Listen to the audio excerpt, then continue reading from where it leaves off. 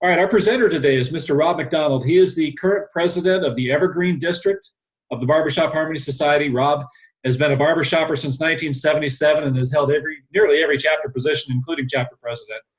He is an MC. He sings with Western Hospitality Singers and the Quartet Timelines when he has a voice. His company specializes in leadership and team development, and he has brought this expertise to various leadership academies around the society, in addition to serving on the leadership facilitator team, helping chapters reach their individual goals. Rob, we thank you for joining us. The floor is yours. Thank you so much, Scott, and good morning, gentlemen. And thanks for being guinea pigs on this inaugural try at kind of an online session like this. So much appreciated. I wanted to just, I'm going to see if I can still share my screen and show you what I'm up to in terms of our agenda today. And it's a bit of an overview. I mean, it's if any of you have been to the old COTS sessions, it's a little bit tough to get through all that stuff in a day, let alone an hour. But I wanted to give you a high-level overview just because I think there's some touch points that all of us should just sort of recognize as we're getting into leadership and presidential roles this year in 2018. So I'm going to kind of follow this agenda. Hopefully there's a few nuggets in here for you. And there's some things that you can maybe grab onto and use tomorrow. My goal is not to just wax philosophic about a bunch of stuff, but also give you some tools that can make you more effective in some of the things that you're doing as you're leading in your chapter. So I guess the first thing I'd like to say, and maybe this is a bit of a philosophical point, is I truly believe that one of the reasons presidents exist in chapters is obviously to keep the operation running. But also, I guess underlining all that is enable the singing. Whatever you do, I hope the question you're asking behind the scenes is this actually helping us all sing together? Is this growing the group? Is this doing something to enhance our performance? What am I doing, or what are my committees doing so that I can actually help the singing go forward? And I recognize that most of us wear a different hat. You're a president at one level, obviously at the board level and that kind of thing. But then when you're on the risers, you're a riser singer. And so that's a different hat, and there's different ways to lead from that perspective too. But the basic thing, and probably the reason why I say this enable the singing, is because I unfortunately have run into a few chapters where presidents and music leaders kind of get cross-threaded and maybe get a little disjointed and a little out of sorts because they haven't really, one has to serve the other. And I would submit to you that the reason we all exist as chapters is to sing. And so that's your number one role, if there is one. Clearly, in terms of keep the operation running, you can see that I do believe in monthly board meetings. I believe in checking in on a fairly regular basis to see what everybody's doing.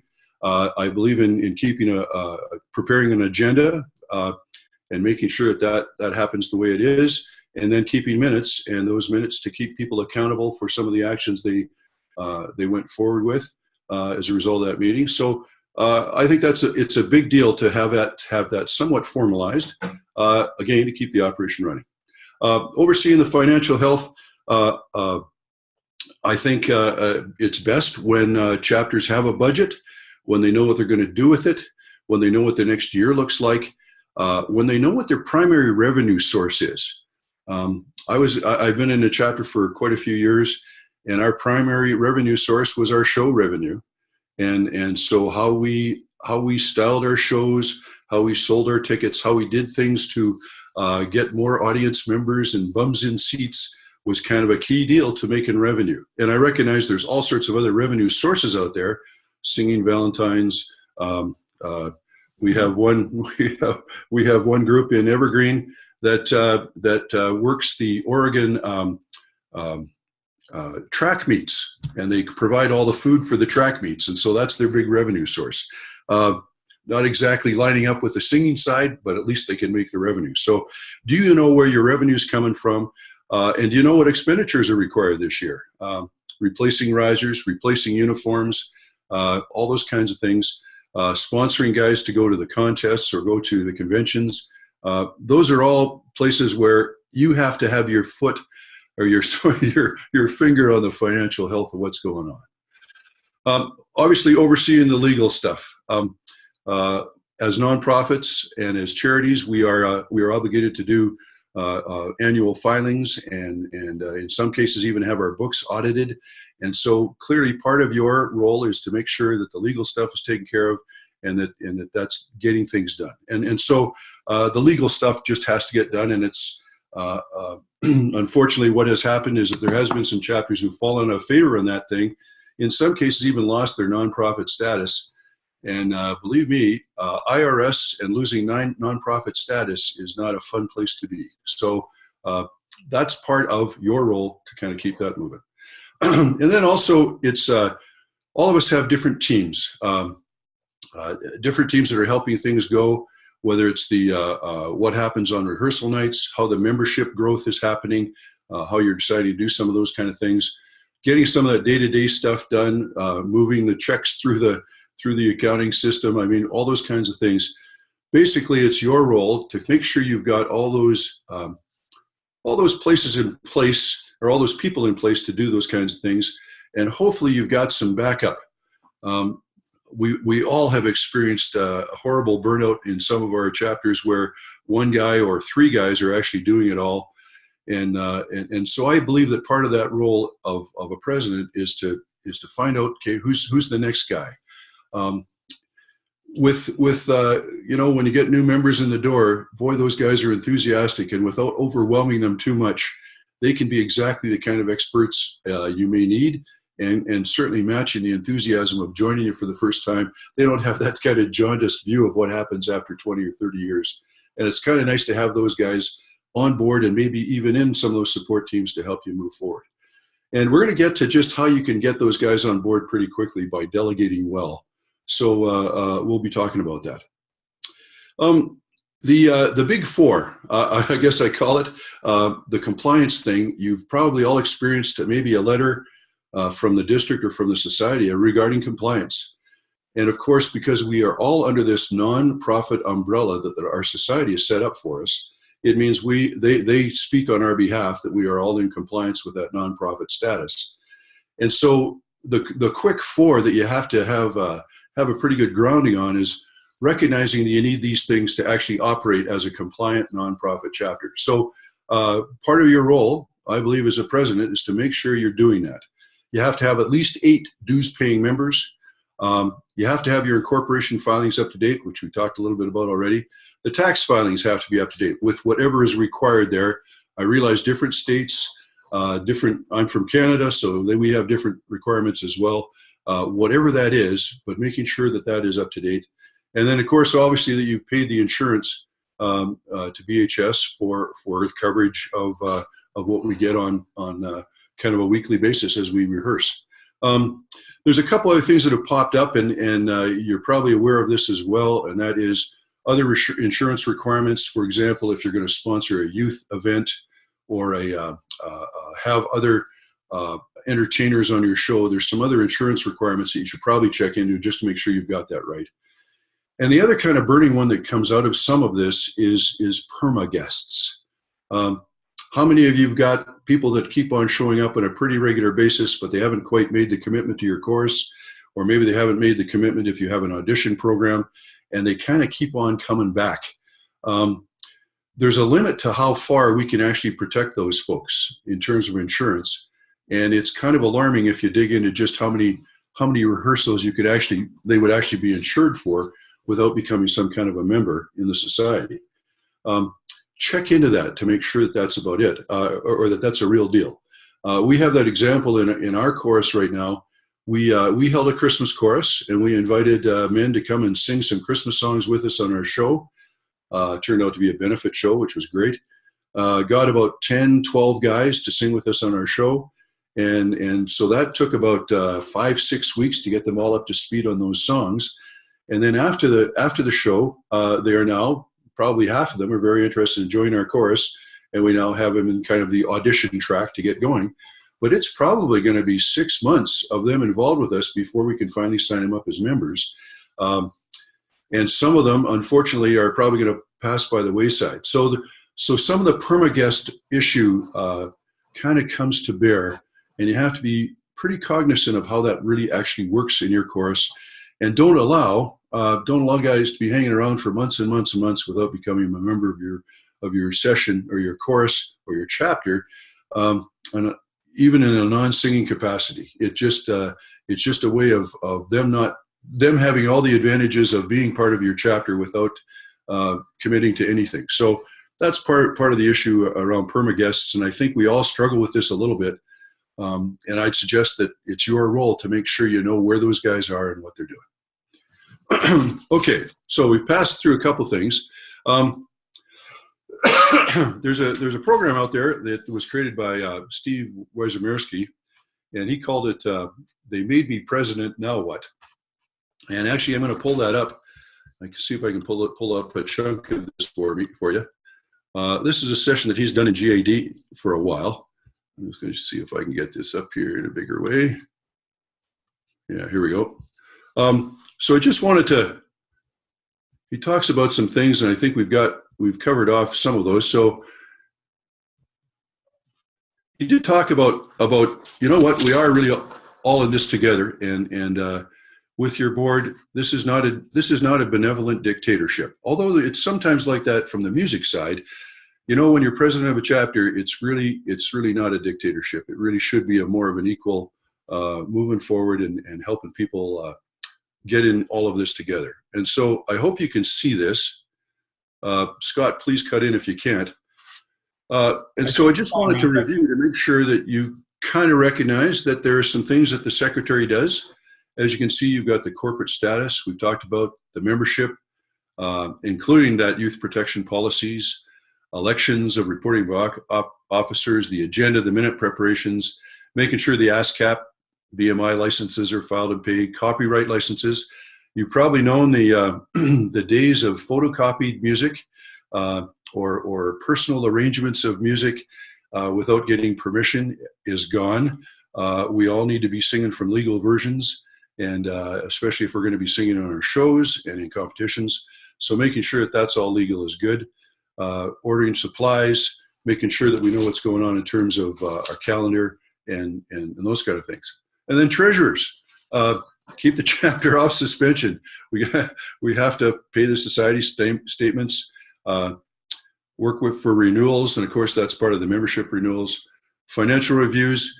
One of the biggest thing that happened when we learned about this compliance issue from the society is frankly, the treasurer or the secretary were not keeping the e-biz filing notification up to date. And that's the same thing on Member Center, where we need the treasurer and the secretary to actually say, yes, we have filed, yes, we are legal, that kind of thing. And even that lack of notification can call into question some of the compliance issues. And so that's an important piece to make sure the society knows that we have complied. Clearly, there's other stuff around the banks and the budgeting process, and then some of the other incorporation, liability, insurance, and that kind of stuff. And so I think there's the way I look at it is that the treasurer and the and the secretary and the president are the triumvirate of any chapter. And if you've been paying attention to some of the society stuff that's come out, they've also talked about this is really the only three essential officers that you need in your chapter. And I recognize in our chapters, there's probably as many as 40. I think if I've counted them, there could be as many as 40 different appointed positions, be it VP of program or music and performance and all those other things. The fact is you really only need three to keep your chapter going. And so that's what is so important, to make sure that this team is doing what you need to do to kind of keep it operating, keep it legal, keep it compliant. The other roles that you need in your chapter really would depend on the size of your chapter and what you're really aiming to do. And I recognize that there are some grandfathered roles in there that really just have, excuse me, I seem to have a thing going on here. Anyway, there are some roles that may have been grandfathered in that perhaps aren't as useful anymore, or perhaps aren't aiming you in the right direction. And I would submit to you that part of your role as a president is to make sure that whatever your plan is going forward for this year, that you have whatever those roles are that you need. I mean, I recognize there's some primary ones like membership. There's probably going to be a show or something kind of performance guy that you need in that kind of role. But making sure that you have that rather than filling in all the blanks of all the other characters that have traditionally come to our chapters. The fact of the matter is that these three roles, treasurer, president, secretary, are all you really need. And after that, it's kind of bonus. And moving around those roles to sort of shape where you want to do, what you want to do that year, and how you want to move forward is I think, a real key to your success. So it doesn't become kind of the traditional, I'm just going to do this because this is kind of what fits with me. The other thing to notice is a couple other things that the society has allowed us to do, and one is to allow outside board members. If you don't have particular expertise in your chapter, you may, for example, get a marketing person from your community and say, would you join our board and would you be part of that? The society allowed for a couple of outside board members that may have some expertise that can assist you. And that would be something that could really help you get to where you really want to get to. On that marketing example, what I learned in my chapter was we had some great marketing guys, but the last thing they wanted to do was make marketing part of their hobby as well as their job. And so we never quite had the same kind of expertise we needed at the time. Now, please excuse me for a moment. I'm going to just close this door.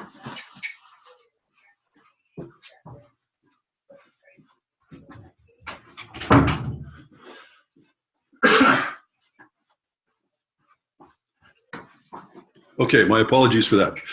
The other thing that could be useful to you as well is recognizing that we are, because we are relatively small boards, we can use the Roberts rules for small boards to be a little bit more effective. And so you'll notice if you've kind of looked those up, and there are versions of all this on the Society webpage, bringing motions to the board, how you vote, what the chair of the board is allowed to vote on, and those kind of things. Those are all rules that could actually speed up some of your board meetings and make them just a little bit more slick in terms of how you operate. So I guess the real key is you don't need, I've also run into chapters in terms of their boards. For example, I call on a 16-person chapter in Evergreen, and when I went to their board meeting, 13 people were at the board meeting. And so you can imagine that what you had is basically it was a group, grassroots, everybody had to be involved right from the grassroots in every board meeting. And I suggested to them that probably going with a smaller executive team to kind of guide some of these things would be better rather than having to rehash everything. Now, as wonderful as it is to get consensus by everybody, there were still 3 other guys that had to be informed about things. But it seems like that was a pretty onerous way to hold a board meeting when frankly, they weren't doing as much other than just getting together. It was just sort of another social gathering almost. So that is, I guess, a question about how does your board actually operate? What roles do you actually need in yours? And don't be afraid to name them something different to fit what you actually need in your chapter. Of course, some districts, for example, have a vice president of fun. And that's a big deal. So, maybe you need a person like that in your chapter. Maybe you have a spark plug like that, and you can use them in a better way. So there are some opportunities in terms of how you shape your board, who's on it, who can be on it, how big it has to be. And if you find that some of this is getting a little onerous, then streamline it to fit your chapter and fit you, because that's kind of a key. All right. I'm moving on. I'm past this. I'm now going to talk about vision, and I'm probably going to guess that a lot of you would say, "Oh, damn, I hate talking about things like this." You know what? This thing called vision, whether you want to call it a practice or whether you want to call it a purpose or a mission or a big picture, there's some pretty big things in terms of gee, how do I kind of make this work? And I would suggest, I'm taking this from some of the leadership curriculum that have been created by the Society. And it really is important that you understand as a president where you want to go this year. The vision, if I was to kind of define it, I would say it speaks to your heart. It speaks to the emotional buy-in. And as you probably, most of you know, we are part head and part heart. The head stuff kind of makes sense to us, and that's what we kind of follow through on. But it's the real emotional buy-in. When we use phrases like barbershop changed my life, that's more than just head talking. That's heart talking. And I think the question you have to ask yourself as a president is, for the next year, what's going to change lives of the people that we sing for, or what's going to change the lives of the people that are in our chapter right now? What's going to move us forward in a way that people want to be part of us? And I think that has to be a real key to our success is, do you have an emotional buy-in in terms of how you want to go forward? And of course, what we're suggesting here is this: leaders have a driving passion to realize their vision. I'm actually not kidding on this one. This is kind of a big deal. If you, as president of your chapter, have a real idea of what you want to do this year and how you can put it into places where it gets you in your gut and it moves your heart, I'll tell you, you're on the right track. I don't think any of us as presidents want to just do the same thing or wind up exactly where we were a year from now. Some of our chapters are so calendar driven, with the spring show, or maybe you have a competition, or maybe you have something to do in the summer, and then maybe you do a Christmas thing or a fall thing. And between those 3, 4, 5 events, that defines your year. And then you get back to the end of the year, and by golly, it's all the same all over again. If you find yourself in that rut, it is time to sort of say, we need to move out of this. We need to get to a place where we're doing something bigger, where we're doing something more, where we're impacting people in different ways, where we're impacting our own members in different ways. And that's where the vision idea comes in. I probably can't overstate this one. For example, obviously the society has come up with a new strategic vision they call Everyone in Harmony. And I had a little speech at the House of Delegates meeting that we had in Evergreen last fall. And I remember when I first heard about this, I sent an email to Marty Monson and I said, Everyone in Harmony, what possibly are you talking about? I mean, is this world peace? I mean, what are you talking about? And he responded back, and I kind of got it. But the fact of the matter is, if you embrace a vision like Everyone in Harmony, what could it mean to your chapter? In my chapter, it could mean we're going to stop arguing at a board level over the minors. We're going to quit majoring on the minor junk. We're going to get to a bigger picture in terms of who we can be as a chapter. And so we're going to get more harmonious in terms of the way we deal with each other inside the chapter. That to me would be a piece of Everyone in Harmony. And then also it's going to be, okay, well, who's everyone outside of our chapter? Well, the arts community, the other communities we deal with, the high school youth, other arts foundations that are out there. What is our bigger picture in terms of our community outreach? And in my chapter, that's become a really big deal. It's become how can we put more effort into not just pleasing ourselves within our chapter, but getting other people involved in harmony. One of the things that we're doing, we're hosting, we have a division contest convention this year, and we are the hosts, and we are inviting a cappella groups to come and join us on the contest stage and get judged by our judges and get evaluated and coached.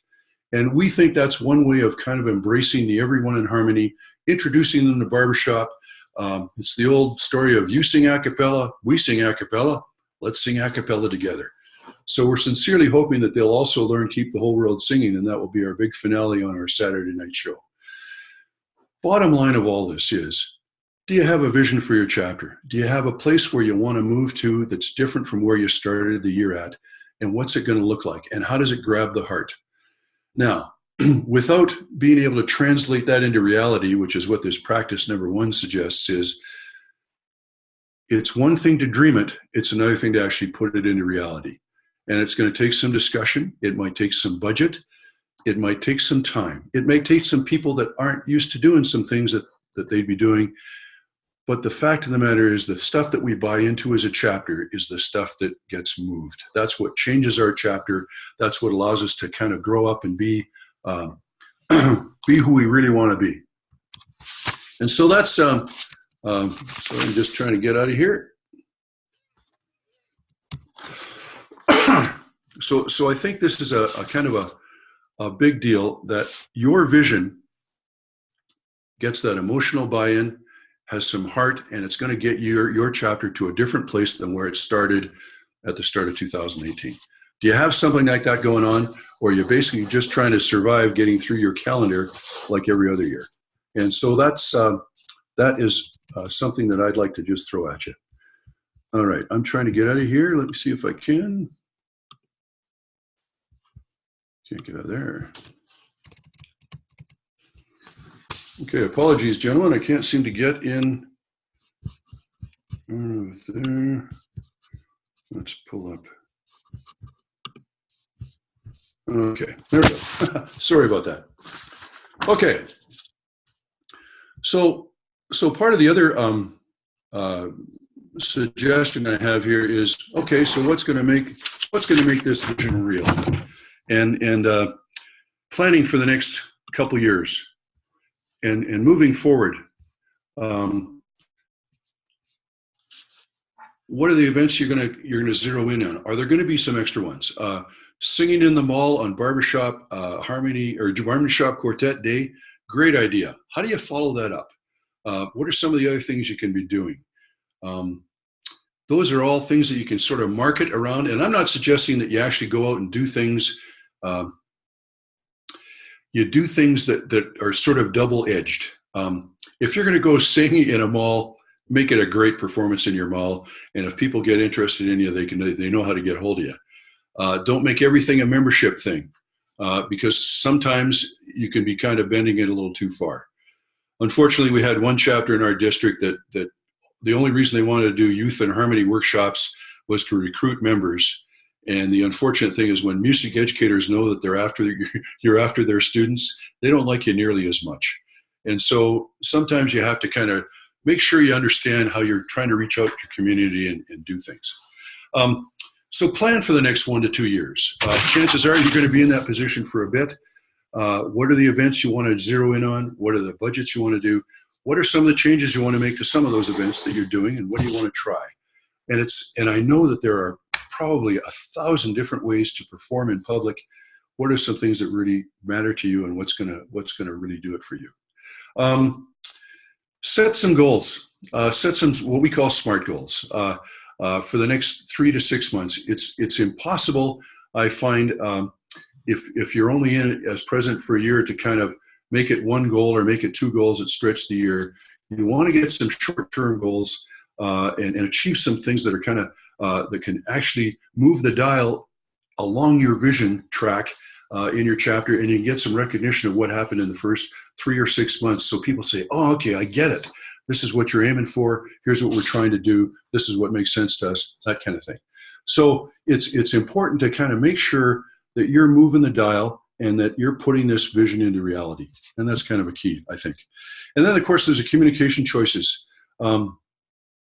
There are different ways to communicate with your chapter and the outer world, and there are so many choices right now between social media, between some kind of course manager tools. Email is getting a little bit cumbersome to connect with all your course. But how are you going to communicate your plan? How are you going to take up a little bit of time at your rehearsals to kind of get the ball rolling? How are you going to publicize why your board has decided to do certain things? How are you going to keep the ball rolling and keep it going? This is not a question where going back to the benevolent dictator role where you could just announce it to the world and that was what's going to happen for the next year. It's really helping you get to a place where you're coaching people along, you're encouraging them, you're showing them results, and you're moving the dial in terms of what your chapter truly wants to do and get going with. And so I think it's a really important thing to use a multiple layer of communication and never stop talking about it. If it's a vision about where your chapter truly wants to go, then let's get on it and let's get doing some little projects along the way that really enhance that as you go. Simple thing we decided to do is everyone in heart, or when the We Sing, We Serve came out, we decided to on a monthly basis get 12 from our group and go serve at the food bank. And so we got on the conveyor lines with all the food and the sorting that has to happen at these food banks. And then to enhance that a little bit, we did a benefit Christmas show, and gave all the proceeds to the food bank. So we kind of did a double down. We sang, we served. We'd sing for all the volunteers at the break that we had there, and then also we at our event we devoted a show profit basically to the food bank as well. So it was part of a let's get connected with our community. Let's get real with being willing to supply just manpower, and that became a real. It's become a monthly deal, and guys are looking forward to being part of that food bank line. Even though we only sing a couple of songs at the break, it connects us with our community. It's an important thing, and we think we're helping and other volunteers enjoy our songs. So, what are you doing? Sometimes these little projects you do. Not just one-offs, but on kind of a continuing basis, can really cement who you are in your community and what you mean to it. So that's a big deal about making that vision real. Okay.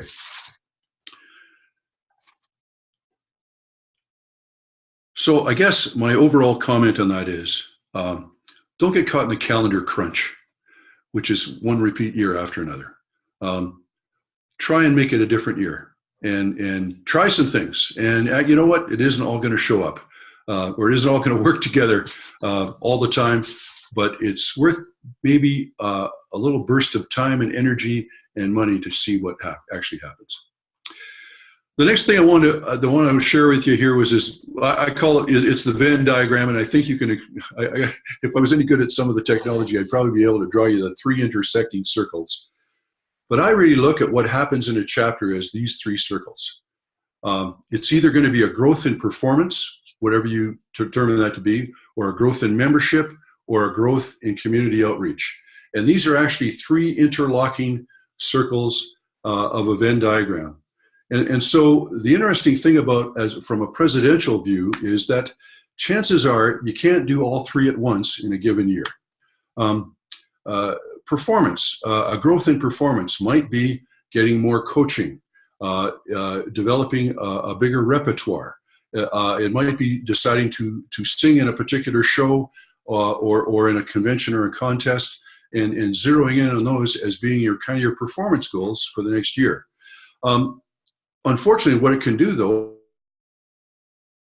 with that focus, is you probably take away some of the time and the energy you can put into membership. Which would be another cycle. We always want to be growing in membership. And so what are we doing in terms of planning that? And those could be everything from guest nights to what we've learned. The 2 best recruiting tools that we have in our toolbox right now are the Learn to Sing program, or Sing program, or we adapted it and stole the title of Real Men Sing. We use that as a kind of a multi-night recruitment tool, if you will. And then the Christmas Chorus was another one that was terrific for us. So what are some of your membership recruitment strategies, if you will, and how are they going to impact your world? And then the community outreach is the other one, whether you're reaching out to high schools or youth. In our case, we're putting quite a bit of effort into talking to music educators and being at their conferences and that sort of thing. So the fact of the matter is that while you can be kind of moving in all these directions, sometimes you have to realize there's got to be a little bit of give and take between them. One example that I can give you is that we found in our chapter, membership was kind of dying off a little bit, and we found with some exit interviews of some guys was that our repertoire was so large that guys felt completely intimidated coming into our course because it just didn't feel they could get up to speed on our repertoire. We had something close to, 30 songs or something on our repertoire at that time. And so what we did consciously was that we reduced our repertoire to 10 songs for the next year. And what we found is, and we also, we added in the wrinkle of testing as well, 100% notes and words on those 10 songs. But what it seemed to do was allow people to get in and recognize it wasn't an overwhelming possibility to be a part of us, and to get up to speed in a quality way on 10 songs was not nearly as onerous. And so we kind of took away from our performance side because we couldn't do as big a show as we used to do, but we were able to grow our membership. And so one gave away to the other a little bit for that next year. Probably took us 2 years to kind of get out of that. And now we're starting to build our repertoire up again. But it's recognizing that wherever you put your time and energy and focus is probably going to take away from one of these other things, because you can't necessarily keep them all going at the same pace. And so I find that this Venn diagram of these three areas is really reality, and probably recognizing what some of your hardcore stuff is you can maintain while you're doing something else is a real key to your success. And knowing where you're aiming this year in one of those three areas could really help you align with your vision, support it, and make it happen. And recognize that strategy is not hope. Hope is always a lousy strategy. Gee, let's have a guest night and I hope somebody shows up. Lousy strategy. It's recognizing that strategy has a lot to do with choices and where you really want to do and how you want to, where you really want to go and what you really want to support. And I found in my chapter, we said, look, we're going to really be focusing on membership or community outreach this year. Guys get it, and they can get on board, and they recognize that, yeah, we're going to give away a little bit in this other area so we can do this more. It works. It works. Again, if you've communicated this well and you've showed them how it kind of lines up with what the big goals are and the big purpose of the chapter, it's a much better place to be in. Okay. I'm going to give you another tool, if you don't mind. I find that Venn diagram is a great tool as well. I'm just going to see if I can pull up the right one here. Yeah. Let's see if this works. I hope you can see this. This is a real quick overview, but I found that in chapters, people delegating to one another can be really poorly done. And how many times have you asked somebody to do something and it either didn't get done at all, or maybe it didn't get done the way you thought it was going to get done, and basically you wound up having to pick up the pieces yourself and get it done. By delegating well, you can do a couple of things. First of all, you get the task done by somebody else instead of you taking it all on and burning out. Also, it helps that person sort of grow in terms of what they actually need to support the chapter in a particular role that you need them to do, and in some tasks you're asking them to do. So delegating well can be a great thing. And also, when you're being delegated to, if you're in that particular, if you're wearing a different hat, you can also ask some really good questions about, okay, so what do I actually need to know to make sure that this thing happens? And so what I'm showing you here, I hope, are the 6 steps of delegation. And again, this came out of the Healthy Chapter Initiative from the Society. And following these 6 steps is really a key to your success, because you're not making too many assumptions about what people are going to do for you.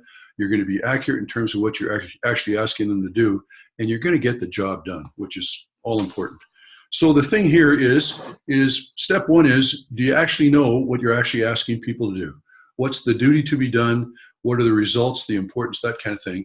And clearly what I'm suggesting here is you've probably already identified the person, and you know that there's some people you can give a single task to and they'll be terrific at it, but give them something as big as, okay, will you be show chairman? That has multiple tasks and roles to it and oversight and everything else. So you got to match up the person's expertise and their abilities with the delegation you actually want them to do. How many of us have failed because we asked the person who volunteered to do it and then found out they neither had the inclination nor the abilities nor the skills to do it, frankly, and didn't do it on time, and everybody else had to panic to get it done. Stop doing that to yourself. Recognize that there are certain tasks you can ask certain people to do. Other ones, obviously, people that have had the kind of experience you're looking for, you can delegate a bigger thing. But the first thing is to make sure you have it clear in your mind what you're actually asking this person to do.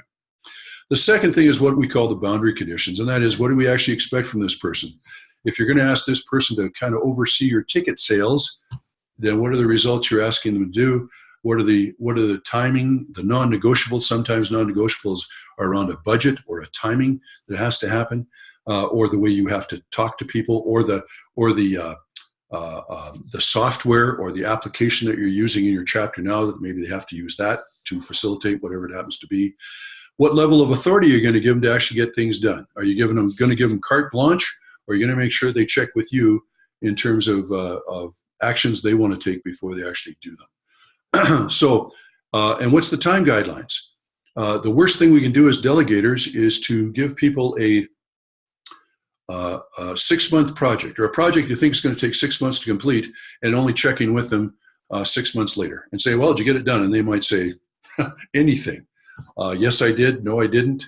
Part of it's done. I need help. I mean, my goodness, what a terrible place to put people in, including yourself. So time guidelines along the way is, do they have to check in with you and let you know what they're doing? Are they running into some trouble and need some help with some other people? What's going on? And so putting in good guidelines so you know exactly how things are unfolding, especially with the more complex tasks, is a real key to your success. Also, the third step is, do they actually have the information they need to do stuff? Is there another person they need to get information from? Does the treasurer know something that they don't know? Is there another person who did it last year that ran into some things and wrote down some memos that they need to know? Is there a binder?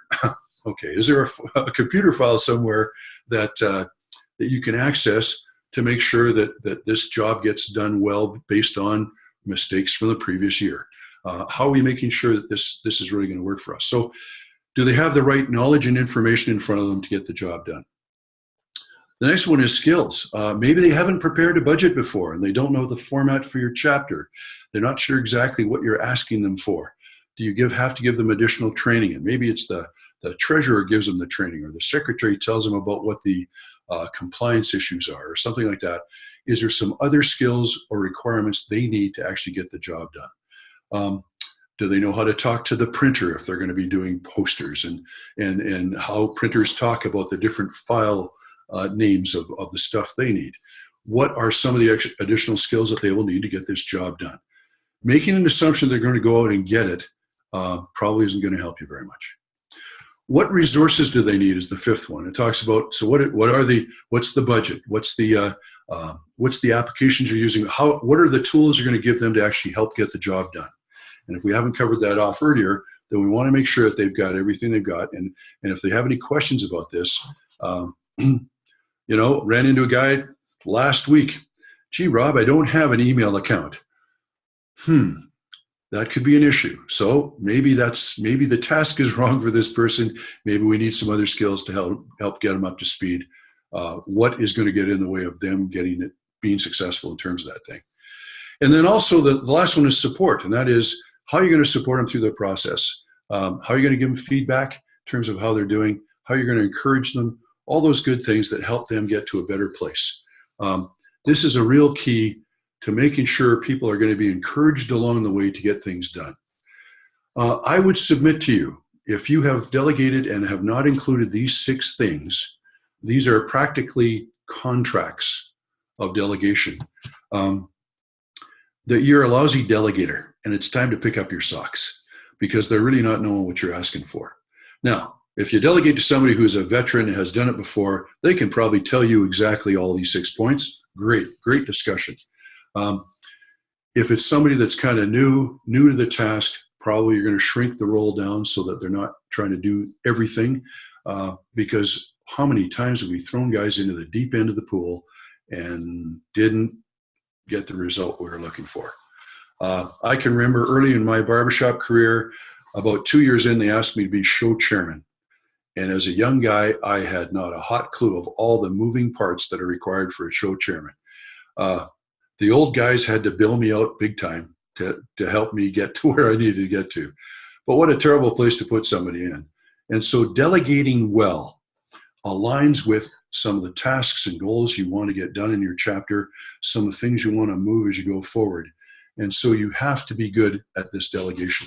And also this helps people understand what you're doing for them as well, in terms of some of the issues that you are handling in your presidential role.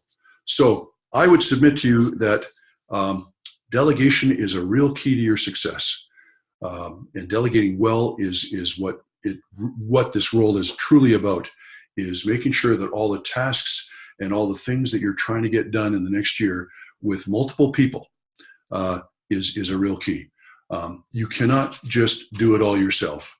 There are too many of us who have burned out and lack the energy now to even move the dial in our chapters because we took on too much and we didn't share the load. And it is your obligation, I would submit, as a president of your chapter to be a good delegate. Okay. How am I doing in terms of timing, Scott? We are right at about 10:45, 10:46, so we're in good shape. Was there anything other formally that you wanted to cover? If not, I've got a few questions for you. The only other thing I had on the bottom of my agenda there are some great resources out there on the Barbershop websites, and I would truly encourage you to take a look at things like that, a business approach to Barbershop, the chapter administrative leadership team, chapter sample budget, the chapter president training module. There are many things online and also in document form that can really help your chapter if you need some of those additional resources. Rob, I saw those on the bottom of your agenda there, and so while you were speaking, I looked up the links to all those, and I will be emailing those out to all the participants as soon as we finish with the class. Oh, super. I'll also send out a link just to the general document center in and of itself so that they can self-serve and find some other documents that they may not have been known that were there. So I will get that all sent out at the top of the hour when we're done, guys. You'll look for that in your email. Couple questions real quick, Rob. You touched on SMART goals, specifically the acronym of SMART. Could you take a minute and expound on the importance of that? Yeah, I apologize for going over that pretty quickly. Let me see if I can share screen again. Here we go.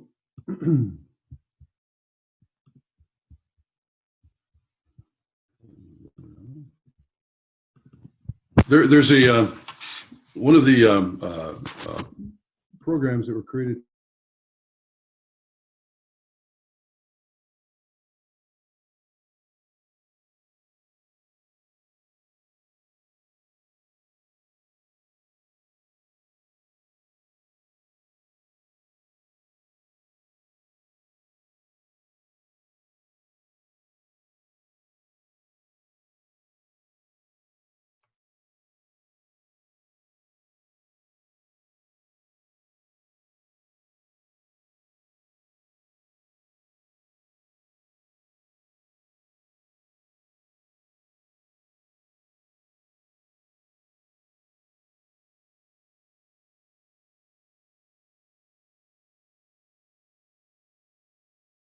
Guys, did we lose Rob? It looks like we've lost Rob, but it looks like we've got a few other guys still on the line here. I'm going to unmute everyone. I don't know whether Rob lost. He was having a little trouble with his audio earlier, so it's possible that we lost Rob. I've unmuted everyone. Can you guys hear me now? Yeah. Yes. Okay, very good. You all still with me. I'm going to mute everyone again here. And I'm going to try to answer a couple of questions, and then we can see if we can get Rob back. When he does, we'll go into SMART goals again. Am I back in with you now? You are now. You are back in. Great, Rob. Thank you. Okay, sorry, it went away on me. Okay, where was I at answering the question? Was I just getting start somewhere? pull up your doc there to talk about SMART goals. Gotcha. Okay. Yeah. The document that basically reads about being, in terms of SMART goals, which is the acronym, it was being specific in terms of your goal and how you want to actually set it. Growing membership this year is not a specific goal.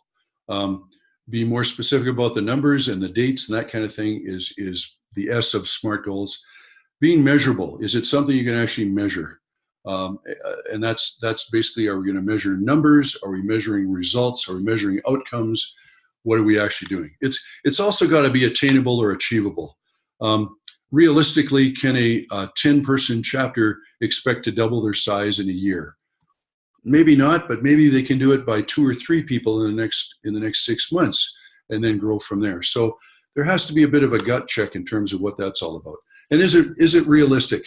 Is it something that we can actually achieve? Is it something that we will put the energy from one part of our Venn diagram into something else?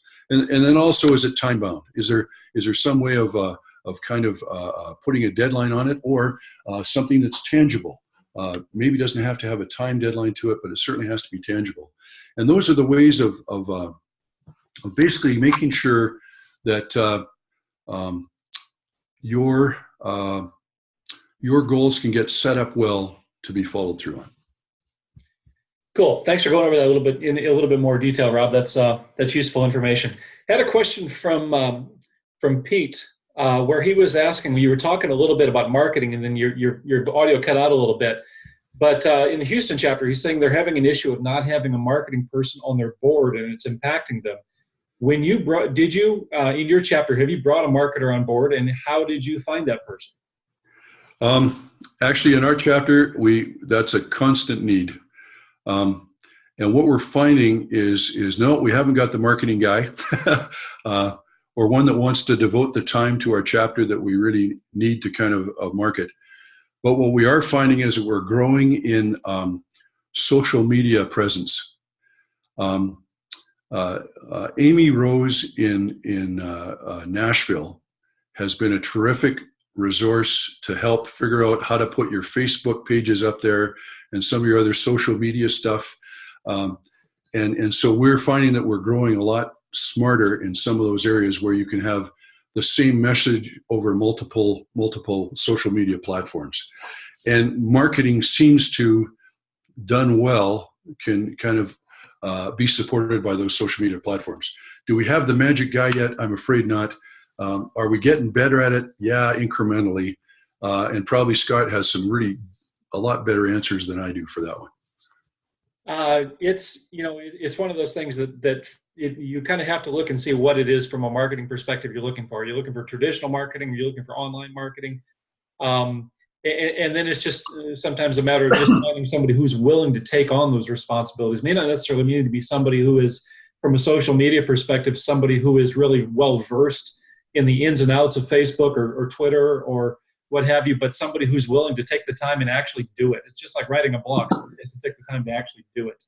And oftentimes that can be half the hurdle. There are resources out there, and we can help you find resources on the technological aspects of how to use those platforms.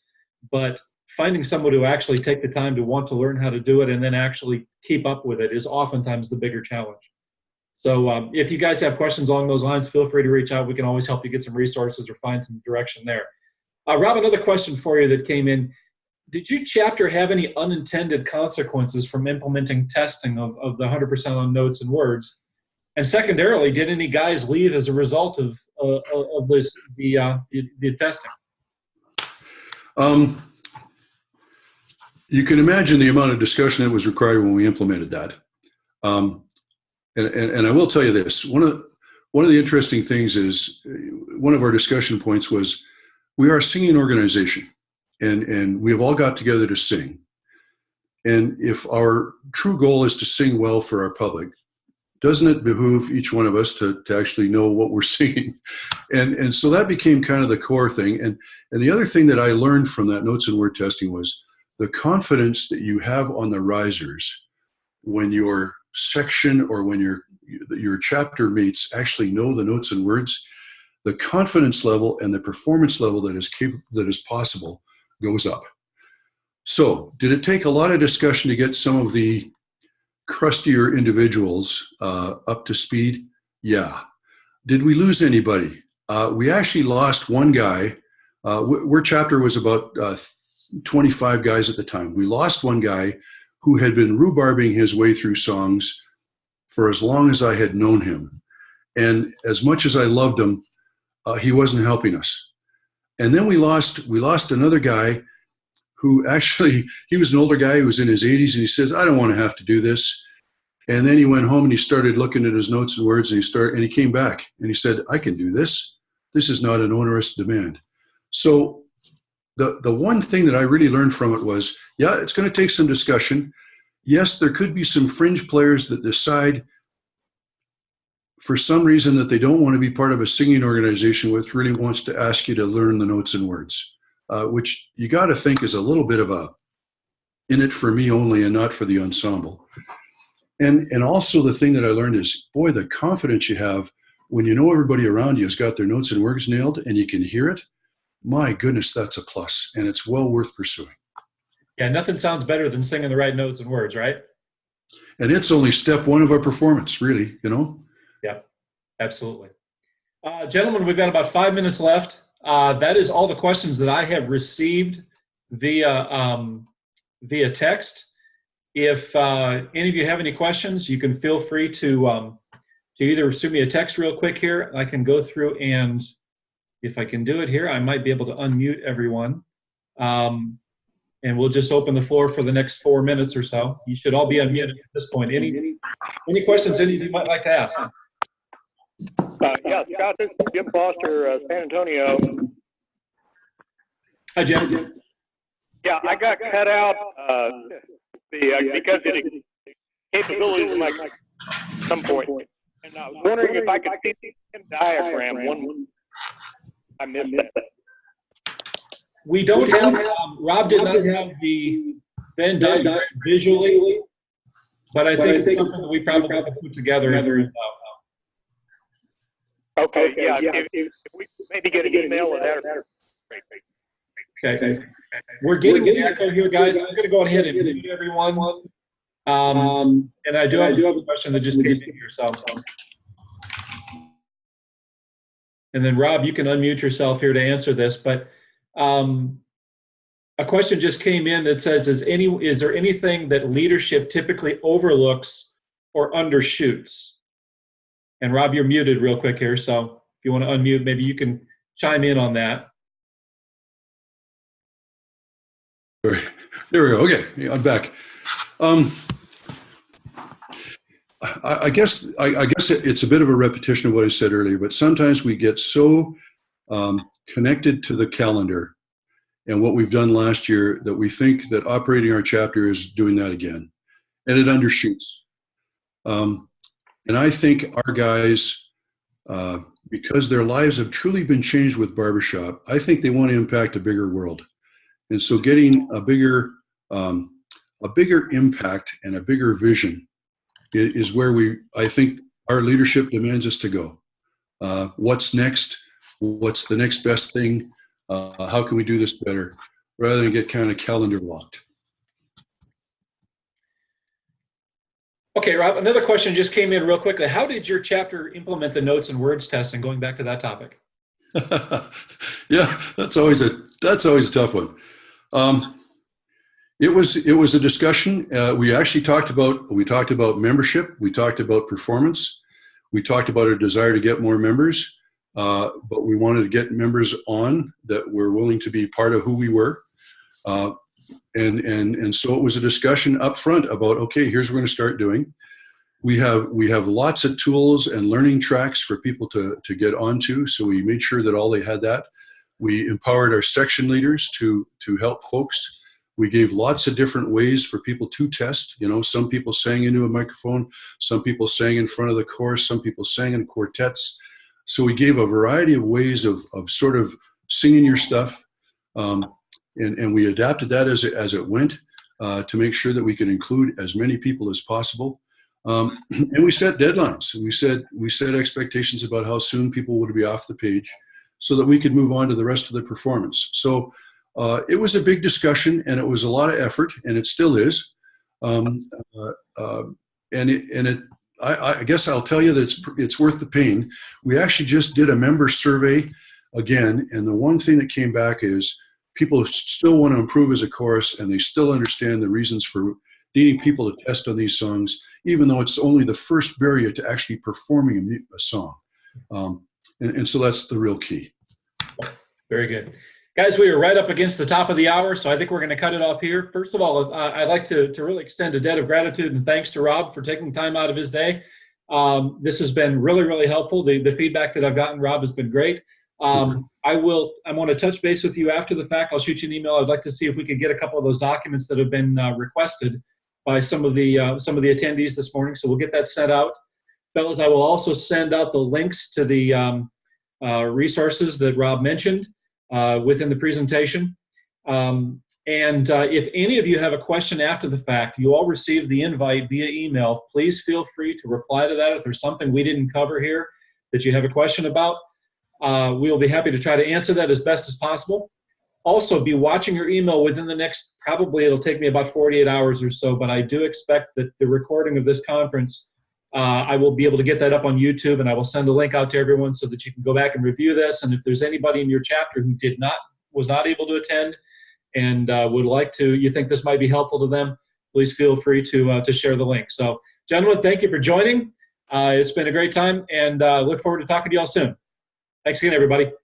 Thank you, everybody.